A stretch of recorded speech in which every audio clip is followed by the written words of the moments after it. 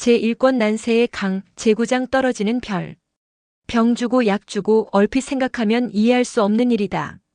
그러나 이 시대는 그런 시대였다. 마음속으로는 주왕씨를 무시하되 겉으로는 제후로서의 책임과 봉사를 성실히 수행하는 시대였다. 이것이 춘추시대였다. 달리 생각하면 상당히 낭만적이기도 하다. 일본의 역사소설가 진순신의 표현을 빌리자면 목가적인 시대였다. 낮에는 싸우고 밤에는 위로하던 시대. 춘추시대가 이후 전국시대와 달랐던 점은 바로 이런 면에서였다. 전국시대는 잔인무도한 힘의 세계였고 이기면 끝이었다. 제후로서 주천자를 활로 쏘았다가 잘못했다고 사죄하는 것은 비웃음을 살 뿐이었다. 숨이 끊어지지 않았다면 밤에 기습하여 남은 숨통마저 끊어버리는 살생의 시대였다. 그러나 춘추시대는 그러한 시대와는 달리 영웅오걸의 멋을 인정하는 분위기가 있었다. 이런 시대를 연 사람이 정장공이다. 그는 다분히 낭만적인 기질을 지닌 사람이 아니었을까? 후세의 사가들이 정장공을 단순히 교활하다고 단정짓지 않는 것도 그런 이유가 아니겠는가 하는 생각이 든다. 정장공의 성격을 엿볼 수 있는 또 하나의 일화가 있다. 수갈 전투에서 대승을 거둔 뒤 정장공은 각 장수들에게 공적에 따라 상을 내렸다. 제1공우는 좌우군을 공격해 왕사군을 물리치자는 전략을 세운 공자원에게 돌아갔고 이어 고거미와 만백 제족 등에게도 상을 주었다. 그러나 축담만은 아무런 상을 받지 못했다. 그는 분개하여 정장공에게 직접 이유를 물었고 정장공은 싸늘하게 대답했다. 그대는 활로 왕을 쏘지 않았는가? 내가 천자의 어깨를 쏘아 마친 사람에게 상을 준다면 천하 사람들이 나를 어떻게 생각하겠는가? 그대에게는 상을 내릴 수 없다.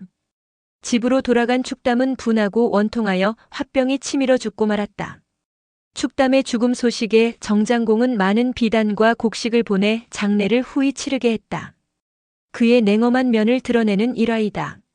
정장공은 주한왕의 군대를 물리치며 그 위세를 떨쳤다. 이는 정장공 생애에서 가장 화려한 시절이었으며 정나라 건국 이래 가장 번창했던 시기였다. 그러나 이때 그의 나이는 이미 60세였다.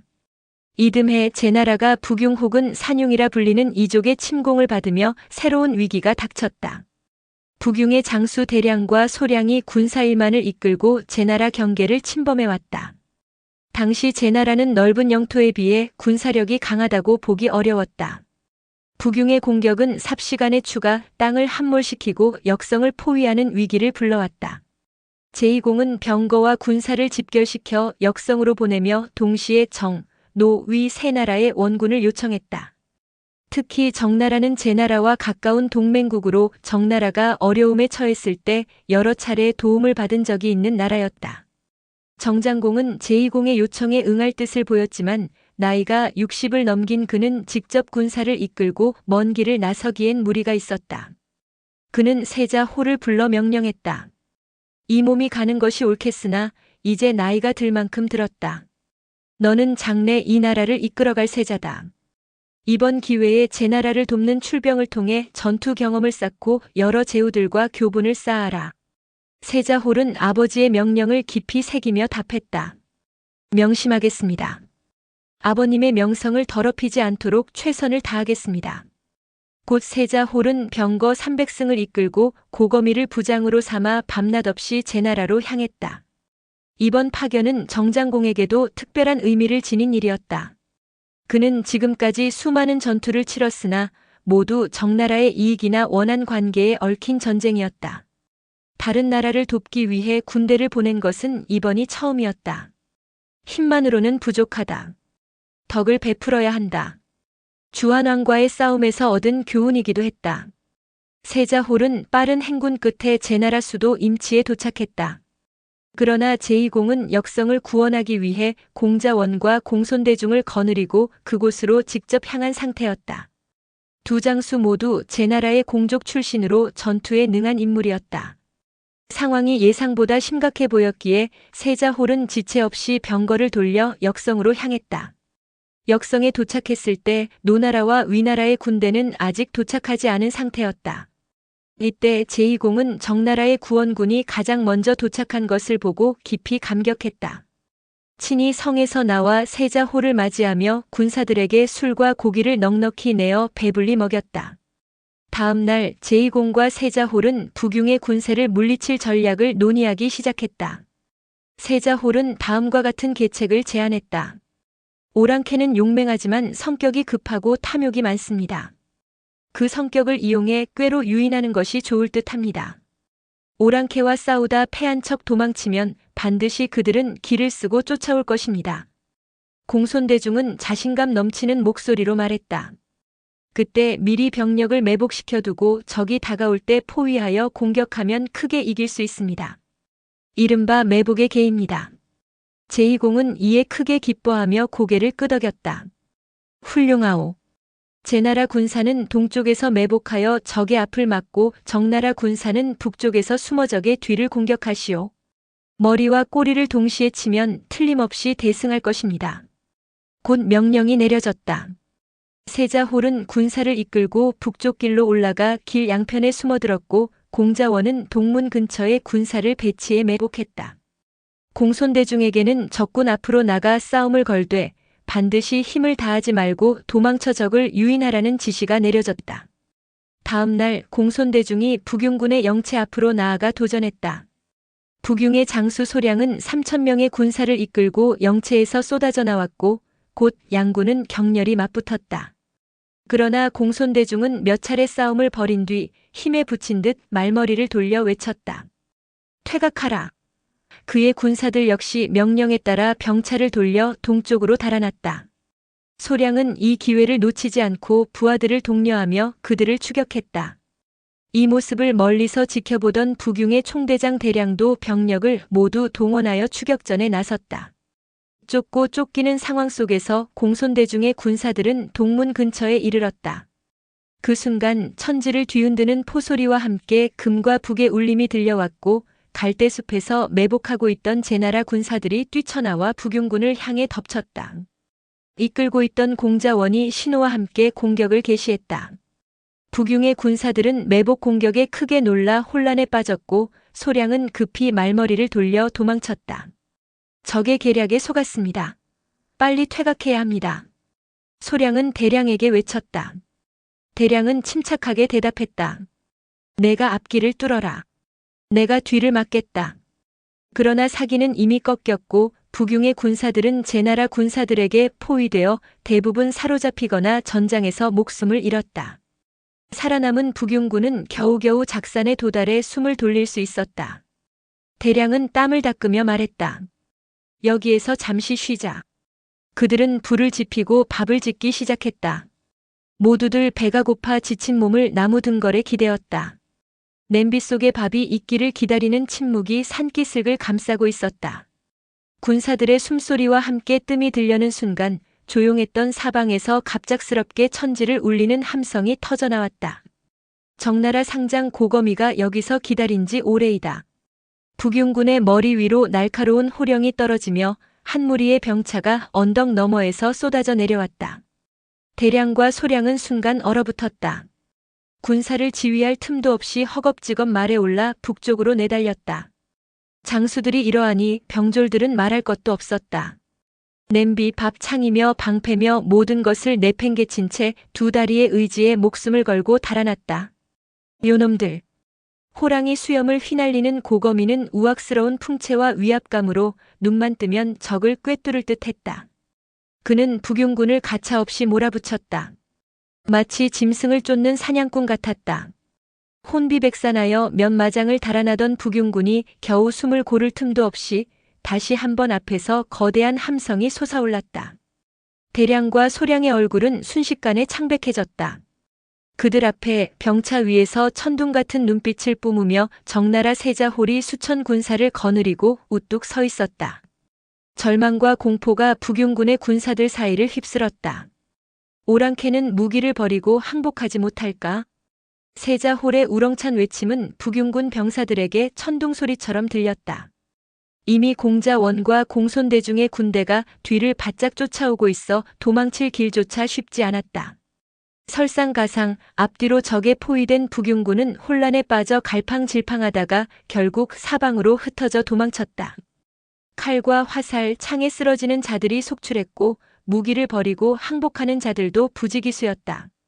한편 대량은 간신히 포위를 벗어나 홀로 도망치던 중 길목에서 적나라 맹장 고거미와 마주쳤다. 고거미는 호랑이 같은 수염과 매서운 눈빛으로 그를 노려보았다. 대량은 재빨리 다른 길로 빠져나가려 했으나 한 발 늦었다. 고거미의 거대한 칼이 대량을 내리쳤고 대량은 그 자리에서 두 동강이 나며 쓰러졌다.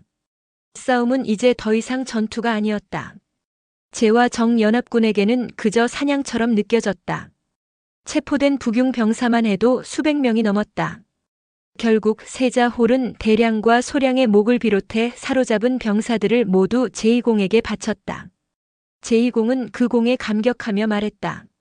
적나라 세자는 참으로 영웅이라 할 수 있소. 세자가 아니었다면 어찌 오랑캐를 이토록 완벽히 물리칠 수 있었겠소. 오늘 우리 제나라가 이처럼 안전할 수 있는 건 모두 적나라 세자 덕이요. 세자홀은 머리를 숙이며 답했다. 우연히 얻은 성과일 뿐입니다. 군우의 찬사가 과분하옵니다. 그의 겸양에 제2공은 한층 더 흐뭇해했다. 그러나 그들이 승리를 축하하던 와중에 노나라와 위나라의 구원군이 역성에 도착했다. 이미 북용군이 완전히 패배한 것을 알게 된 그들은 부끄러워 고개를 들지 못했다. 하지만 제2공은 개의치 않고 그들을 따뜻하게 맞아들였다. 축하의 잔치가 열렸고 그 자리에는 여러 나라의 장수들이 초대되었다. 잔치 석상에서는 노나라 사람이 오작의 등급에 따라 자리를 배치했다. 그 결과 적나라 세자홀은 백작의 지위로 인해 가장 말석에 앉게 되었다. 이는 세자홀에게 크나큰 자존심의 상처로 남았다. 우리 적나라가 가장 먼저 뛰어들어 가장 큰 공을 세웠는데 어찌 노나라와 위나라 장수가 상석에 앉고 나는 말석에 앉게 되는가. 세자홀은 마음속으로 불만을 품게 되었다. 그러나 제2공은 세자홀의 마음속 깊은 불만을 전혀 눈치채지 못하고 있었다. 술잔이 서너 차례 돌고 잔치 자리는 환한 웃음과 흥겨운 분위기로 가득 찼다. 술기운이 오른 제2공은 세자홀을 바라볼수록 그가 더욱 마음에 들었다. 그는 슬며시 다가가 술잔을 건네며 말했다. 적나라 세자는 영웅의 기품을 타고났소. 마침 내게 혼기가 찬 딸이 있는데 세자가 거두어 주었으면 하오. 뜻밖의 청혼이었다. 평소라면 세자홀은 농담처럼 좋습니다. 라며 받아쳤을지도 모른다. 그러나 지금은 전혀 그런 기분이 아니었다. 세자홀은 고개를 저으며 퉁명스러운 어조로 답했다. 백작의 나라에 불과한 적나라가 어찌 후작의 나라와 혼사를 논할 수 있겠습니까? 제2공은 예상치 못한 대답에 놀라 눈을 크게 떴다. 세자홀의 대답은 누가 들어도 뼈있는 말이었다. 그제야 제2공은 세자홀이 잔치자리 배치에 대해 불만을 품고 있음을 깨달았다. 하지만 이미 잔치가 한창 무르익은 터라 자리 배열 문제를 다시 거론하는 것은 불편한 상황을 초래할 뿐이었다. 제2공은 잠시 난감한 표정을 짓더니 슬그머니 다른 자리로 발길을 돌렸다. 잔치는 그렇게 끝이 났다. 모두들 숙소로 돌아갔지만 제2공의 마음은 여전히 적나라 세자홀을 향해 있었다. 그는 세자를 자신의 사위로 삼고 싶은 간절한 마음을 버릴 수 없었다. 결국 동생 이중년을 불러 말했다. 그대는 적나라 장수 고거미를 찾아가 이번 혼사가 성사되도록 힘써달라고 부탁해주게. 이중년은 제2공의 의도를 이해하고 즉시 고거미의 숙소로 향했다. 우리 주공께서는 적나라 세자를 진정으로 높이 평가하고 계십니다. 이번 기회에 제나라와 적나라가 혼인을 맺어 우위를 돈독히 한다면 두 나라 모두에 큰 이익이 될 것입니다. 그러나 세자께서 이유를 알 수 없는 이유로 청혼을 거절하고 계십니다. 대부께서 이번 일이 잘 성사되도록 힘을 보태주십사 하여 이처럼 결례를 무릅쓰고 찾아뵙게 되었습니다. 이와 함께 구슬 2쌍과 황금 100일을 정표로 드립니다. 고거미는 고개를 끄덕이며 답했다. 도와드리겠습니다만 세자께서 고집이 워낙 강하신 분이라 확신은 못 드리겠습니다. 이후 고거미는 세자 홀을 찾아가 진심 어린 조언을 전했다. 제2공께서는 세자님을 진심으로 존경하고 계십니다.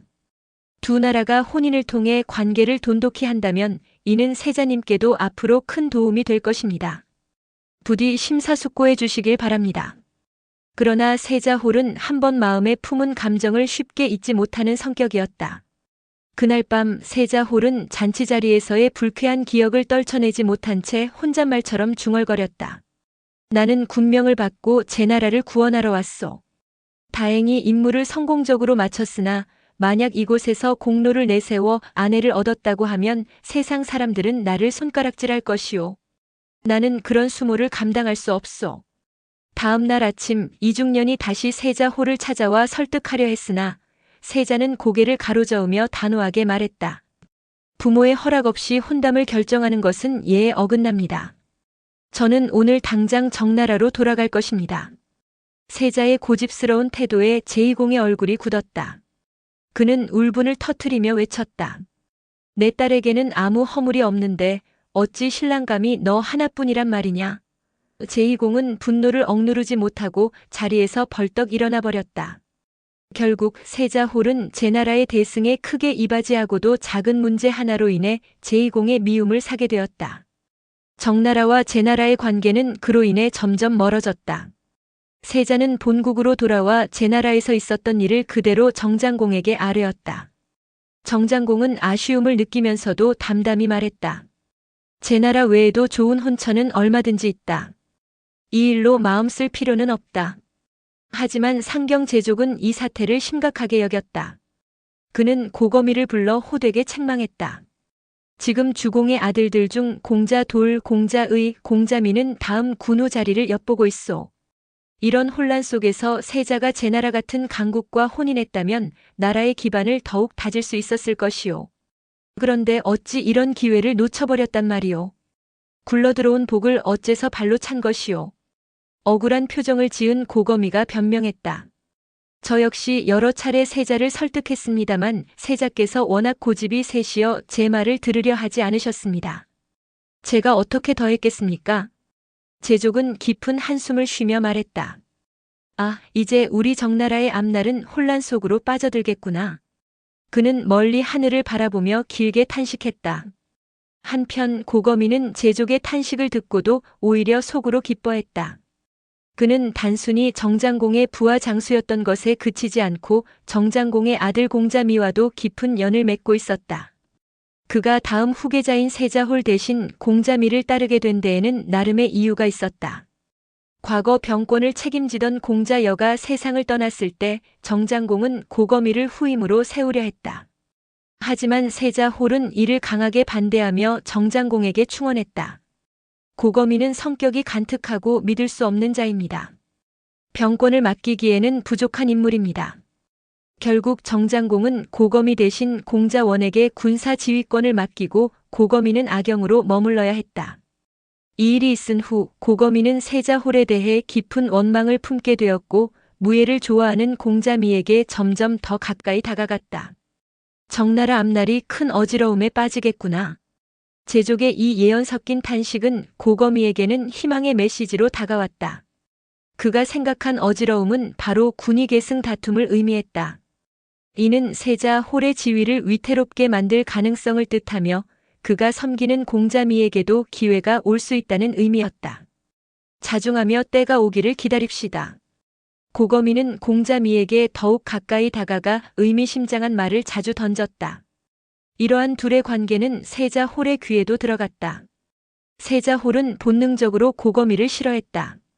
특히 흰자위가 유난히 많은 고거미의 번뜩이는 눈에서 반골 기질이 느껴졌던 것일지도 모른다. 두 사람이 지나치게 가까이 지낸다는 소문을 들은 그는 불길한 예감을 떨칠 수 없었고 결국 정장공을 은밀히 찾아가 조언을 구했다. 요즘 들어 고거미와 공자미의 행동이 수상쩍습니다. 사람 눈을 피하며 서로 오가는 모습이 더욱 의심스럽습니다. 세자 홀의 말에 정장공은 불쾌한 기색으로 고거미를 불러 꾸짖었다. 남들에게 의심을 살 만한 행동은 지각 없는 짓이다. 앞으로는 행동거지를 더욱 조심하라. 고거미는 아무 말 없이 고개를 숙이며 꾸중을 들었다. 그러나 속으로는 세자 홀이 자신들과 관련된 이야기를 한 것을 직감하고 이를 마음속에 담아두었다. 그날 저녁 고거미는 공자미를 찾아가 정장공의 꾸지람을 전했다. 이제는 자주 찾아뵙는 것도 어렵게 되었습니다. 이에 공자미는 고개를 저으며 한숨을 내쉬었다. 아버님께서 그대를 중용하시려 했을 때도 세자가 방해하더니 이제는 우리 사이를 끊어놓으려 하는구려. 아버님께서 살아계실 때도 이런데 돌아가신 후에는 어찌 우리가 무사할 수 있겠습니까? 공자미의 음성에는 깊은 탄식이 배어 있었다. 고거미는 그런 공자미를 가만히 바라보다가 조심스럽게 입을 열었다. 세자는 우유부단한 성격이라 직접 사람을 해칠 용기는 없을 겁니다. 저는 오히려 공자돌이 더 마음에 걸립니다. 두 사람은 이후로도 시간이 날 때마다 만나 전국의 흐름과 앞날을 걱정했다. 한편 제족은 정장공 사후의 혼란에 대비하며 세자홀의 기반을 더욱 탄탄히 다지기 위해 바삐 움직이고 있었다. 그러나 각 공자들의 성향과 관계를 볼 때 내부 단합은 이미 물 건너간 상태였다. 이제는 외부의 힘에 의존할 수밖에 없다. 제족은 고심 끝에 의지할 만한 나라로 진나라를 선택했다. 진나라는 강대국은 아니었지만 정나라와 인접해 있어 위급할 때 도움을 요청하기가 수월했다. 제족은 정장공에게 건의하여 진나라 제후와의 혼인을 추진하기 시작했다. 이 무렵 진나라는 내란의 소용돌이 속에 있었다. 조카를 죽이고 군위에 오른 진우타는 결국 1년 반 만에 복수를 당하며 살해되었다. 그 뒤를 이어 진원공의 또 다른 아들인 공자약이 군위를 이어받아 새 군주가 되었다. 그는 바로 진여공이다. 진여공은 전국을 안정시키는 데 집중하고 있었기에 정나라와의 혼사는 거절할 이유가 없었다. 오히려 양국의 관계를 돈독히 다지는 좋은 기회로 여겼고 흔쾌히 승낙했다. 얼마 지나지 않아 세자홀은 진나라 공녀 규씨와 혼인하였다. 그러나 제족의 눈에는 그것만으로는 부족했다. 그는 정장공에게 다시 간청하여 친선 사절단을 위나라로 보내게 하였다. 이는 주변국과의 관계를 강화함으로써 세자홀의 지위와 입지를 더욱 공고히 하려는 의도에서였다. 이렇게 제족은 정나라의 안정을 위해 쉼없이 발로 뛰며 최선을 다하고 있었다. 그 무렵 중원을 발칵 뒤집을 만한 충격적인 사건이 남방에서 터졌다. 나도 왕호를 사용하리라. 초나라 군주 웅통은 그렇게 선언하며 당당히 나섰다. 당시 사람들에게 왕이란 곧 하늘과 같았고 군주에 대한 관념은 절대적이었다. 하늘에 두 개의 태양이 있을 수 없듯이 땅에는 두 명의 왕이 설 수 없다. 이것이 그 시대의 상식이었다. 왕이라는 칭호는 오로지 주왕실의 천자에게만 허락된 것이었고 아무리 강력한 제후라 하더라도 주왕실을 멸망시키거나 새로운 왕조를 창건하지 않는 한 왕호를 사용할 수 없었다. 그런데 초나라가 갑자기 왕호 사용을 선언했으니 이는 주왕실을 비롯한 중원의 여러 제후국들에게 큰 충격을 안겨주었다. 중원의 질서를 뒤흔드는 초유의 사태였다. 그렇다면 이처럼 대담한 선언을 한 초나라와 그 군주 웅통은 어떤 인물이며 어떻게 이런 결정을 내리게 된 것일까? 여기서 초나라의 기원과 웅통이 왕호를 선포하기까지의 과정을 간략히 살펴보자. 초나라는 남방에 위치한 나라로 지금의 양쯔강 중류와 한수 일대, 즉 형주를 중심으로 문화를 발전시켜온 국가였다. 호남과 호북 지역을 아우르는 광활한 땅은 초나라의 문명의 기반이 되었다. 당시 중국 사람들은 자신들의 영토를 크게 5지역으로 나누어 구분하는 경향이 있었다. 첫 번째로 황하중류 일대 호경 또는 낙양을 중심으로 한 지역이 있었다. 흔히 중원으로 불리는 이곳은 중국 문명의 발상지였다. 삼왕오제에서 시작해 하, 은, 주로 이어진 왕조들이 모두 중원을 기반으로 형성되었다. 이 중심 지역이 바로 천하의 핵심부 중원이라 불리며 그 이름 자체가 자부심의 상징이었다. 제후시대에는 낙양을 수도로 삼은 주왕실을 중심으로 정, 위, 진, 송과 같은 주요 제후국들이 중원의 중심 세력이었다. 이와 함께 중국 대륙은 동서남북으로 나뉘어 각기 다른 지역적 특징을 형성해갔다.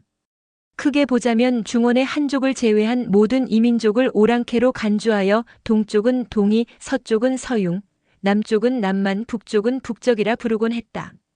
심지어 한족의 제후국들조차도 동서남북으로 나뉘어 차별받는 일이 잦았다.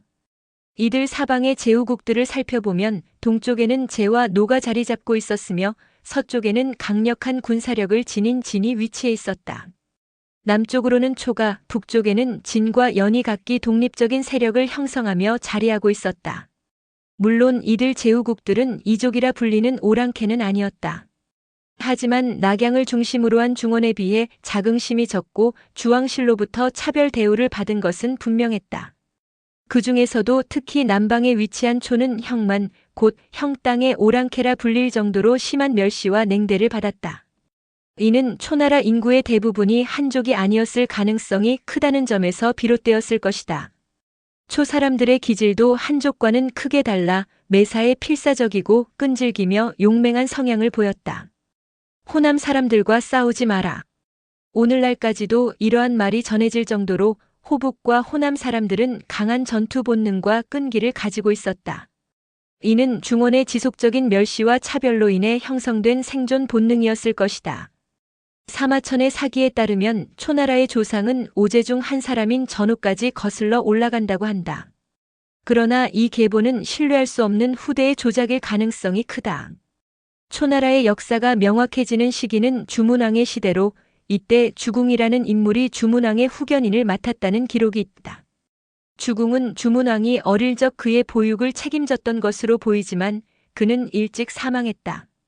그의 아들 웅녀는 성을 웅으로 바꾸었고 이후 웅녀는 웅광, 웅광은 웅역을 낳았다. 웅역은 주성왕 시대를 살며 주성왕으로부터 자작의 자귀와 초나라 땅을 하사받아 단양의 도읍을 정했다. 단양은 지금의 호북성 자귀현 남동쪽 지역이다. 그러나 봉토라기에는 초 땅은 황무지나 다름없었으며 묘족 등 이족들만 거주하던 버려진 땅이었다. 그럼에도 불구하고 초나라는 그때부터 형만 혹은 초만이라 불리며 중원의 멸시와 냉대 속에서 나라를 유지했던 것이다. 어느 때인가 주성왕은 섬서성 남쪽 기양에서 회맹을 개최한 적이 있었다. 회맹은 모든 제후들을 불러 제사를 올리거나 주요 사안을 논의하는 회의로 왕실의 권위를 과시하는 행사였다.